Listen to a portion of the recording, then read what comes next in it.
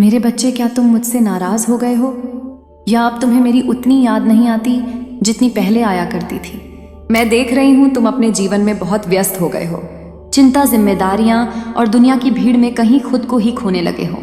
लेकिन फिर भी तुम्हारा मन अब भी वैसा ही निर्मल और सरल है जैसा पहले था। तुम्हें इस बात की कोई परवाह नहीं कि दुनिया कितनी तेजी से बदल रही है, कौन कितना कमा रहा है या कौन कितना प्रसिद्ध हो रहा है, क्योंकि तुम्हारी नजरें बाहर की चकाचौंध पर नहीं बल्कि भीतर की शांति पर टिकी रहती हैं। तुम जानते हो कि सच्चा सुख, सच्चा धर्म और सच्ची सफलता बाहर नहीं भीतर होती है। तुम हमेशा भीड़ से अलग रहे हो और यही तुम्हारी सबसे बड़ी ताकत है।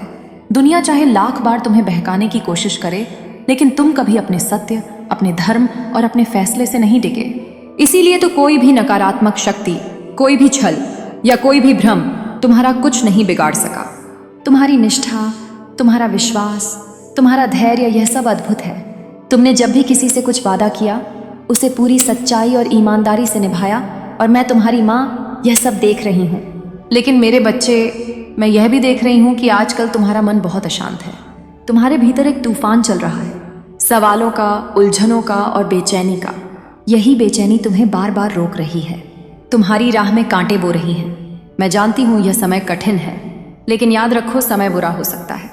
तुम नहीं, तुम योग्य हो, कर्मशील हो और मेरे सबसे प्रिय भक्तों में से एक हो। इसीलिए मैं चाहती हूँ कि तुम खुद को थोड़ा समय दो, थोड़ा रुक कर शांति से सोचो, अपने मन से बात करो। कभी एकांत में बैठो और खुद से पूछो, क्या तुम अब भी वही हो जो कभी केवल मेरी पूजा और साधना में मग्न रहता था? क्या तुम्हारा अंतर्मन अब भी उतना ही प्रकाशमय है? क्या तुम आज भी किसी को बिना शर्त प्रेम दे सकते हो? क्या तुम अब भी उतना ही समर्पित हो जितना पहले हुआ करते थे? अगर इन सवालों का उत्तर हाँ में है तो समझ लो तुम अब भी मेरी कृपा के पात्र हो। लेकिन अगर उत्तर ढूंढने में कठिनाई हो रही है तो यह समय है आत्मचिंतन का। बाहरी दुनिया को थोड़ी देर के लिए भुला दो, दिखावे से हटकर अपने भीतर झांको। वहीं तुम मुझे पाओगे, वहीं तुम अपने असली स्वरूप को पहचानोगे।